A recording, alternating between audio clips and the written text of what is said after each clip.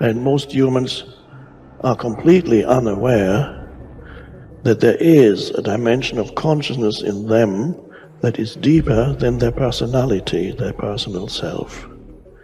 So they are trapped on the surface level of reality, and that is not a pleasant place to be. We confuse signs, words, numbers, symbols, and ideas with the real world.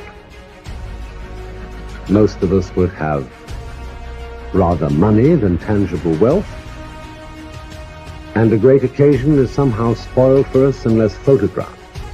And to read about it the next day in the newspaper is oddly more fun for us than the original living. And all so-called civilized peoples have increasingly become crazy and self-destructive because through excessive thinking they have lost touch with reality. Reality is the part of you that is eternal. And when you live there, you abide in an absence of fear. And you begin to know that life itself is a sublime experience. And there are no accidents in it at all. And that intelligence, whatever you want to call it, flows through each and every one of us. And the same intelligence that moves a star across the sky moves a thought across your mind. We all must deal with that dark side of our nature, the positive side of our nature. And it isn't that it ever gets done or finished, but that we should suppress those things that would cause us trouble, not only within ourselves, but cause us trouble with someone else. It's a never-ending challenge, but to still always be who you are. But who we are is, you might describe it as dual nature. And the key to life is to become the most of the good in you and the least of the bad. Because you've got to make a move which will put yourself out of your own control into the control of a better. If you don't believe in the Christian kind of a God, you can believe in the Hindu kind of a God, who is your inner self, the real self, the spirit, which is substantially identical with God. So you've got to meditate in such a way that you identify with your higher self. How do you do that? Well, you start by watching all your thoughts very carefully. Watching your feelings, watching your emotions, so that you begin to build up a sense of separation between the watcher and what is watched.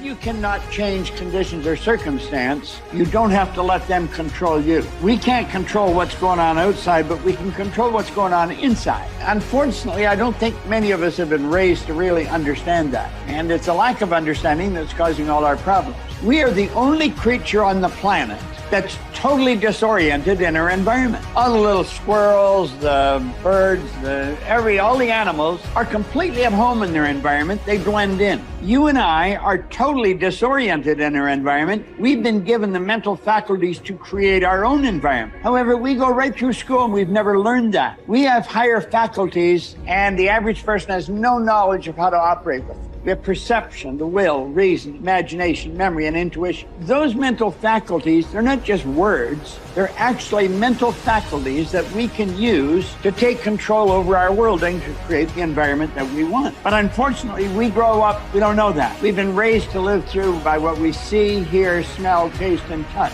We've been raised to be controlled by what's going on outside. As little kids, will you listen to what I'm telling you? Will you look at this? And so it's all outside. I think we're raised in ignorance, actually. There's a very small percentage of the population that have a reasonably clear understanding of who they are and what they're capable of doing. But the ones that do are in the minority.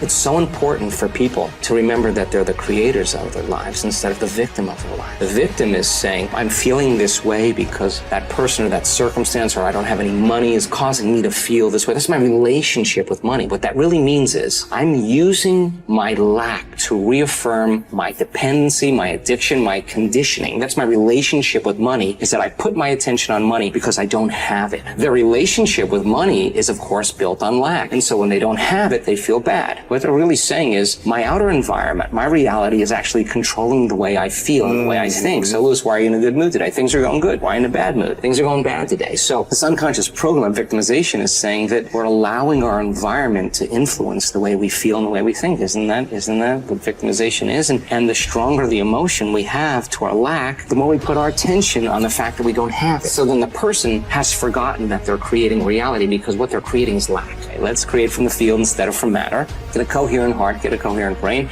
relax in the heart, and energy moves right into the brain. We've measured this 1,000 times, and all of a sudden the person moves into these beautiful, elegant brainwave states where they're super creative, right? The future must become the present in the imagination of the one who would wisely and consciously create circumstances.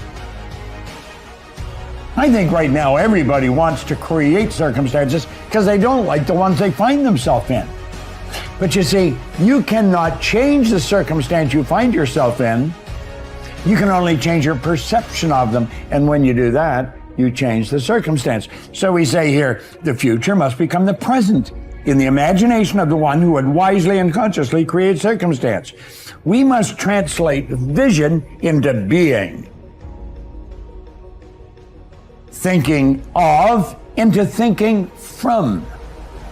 Imagination must center itself in some state and then view the world from that state. See yourself where we want to be and then be there. Thinking from the end is an intense perception of the world of fulfilled desire. That is so cool. Thinking from the end is an intense perception of the world of fulfilled desire. So what are we doing? We're building a goal, and then we see ourselves already having accomplished the goal. Thinking from the end is an intense perception of the world of fulfilled desire. Already got it. I don't have to get it, I've already got it. That's an intense perception of the world of fulfilled desire. In other words, you got it. It's here. Now think. Are you thinking from the end, or are you thinking of the end? If you're thinking of the end, your thinking is way out there. If you're thinking from the end, you're part of it. See, the end result has already happened in our mind. We're creative beings. We're God's highest form of creation. We can create in our consciousness the kind of person we want to be, and then be that person. And that's what he said here. We must translate vision into being. So we don't just visualize it, we be it.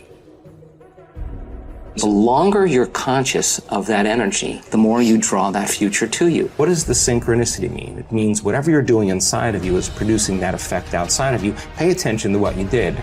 Keep doing do it again. Yeah. So generate a little bit more abundance. Just do it for an experiment. Now, when the synchronicity happens, do you think you feel suffering, or do you think you feel a little excitement? You feel inspired, right? Mm-hmm. So then that synchronicity is saying, use this energy, use this feeling. It should be easier for you to feel this now, and go back and do it again. Mm-hmm. Keep the experiment going. And here comes the promotion, here comes the email, here comes the person you meet at the right time, yes. Right? Well, we have something happening here, and then that becomes the momentum, right?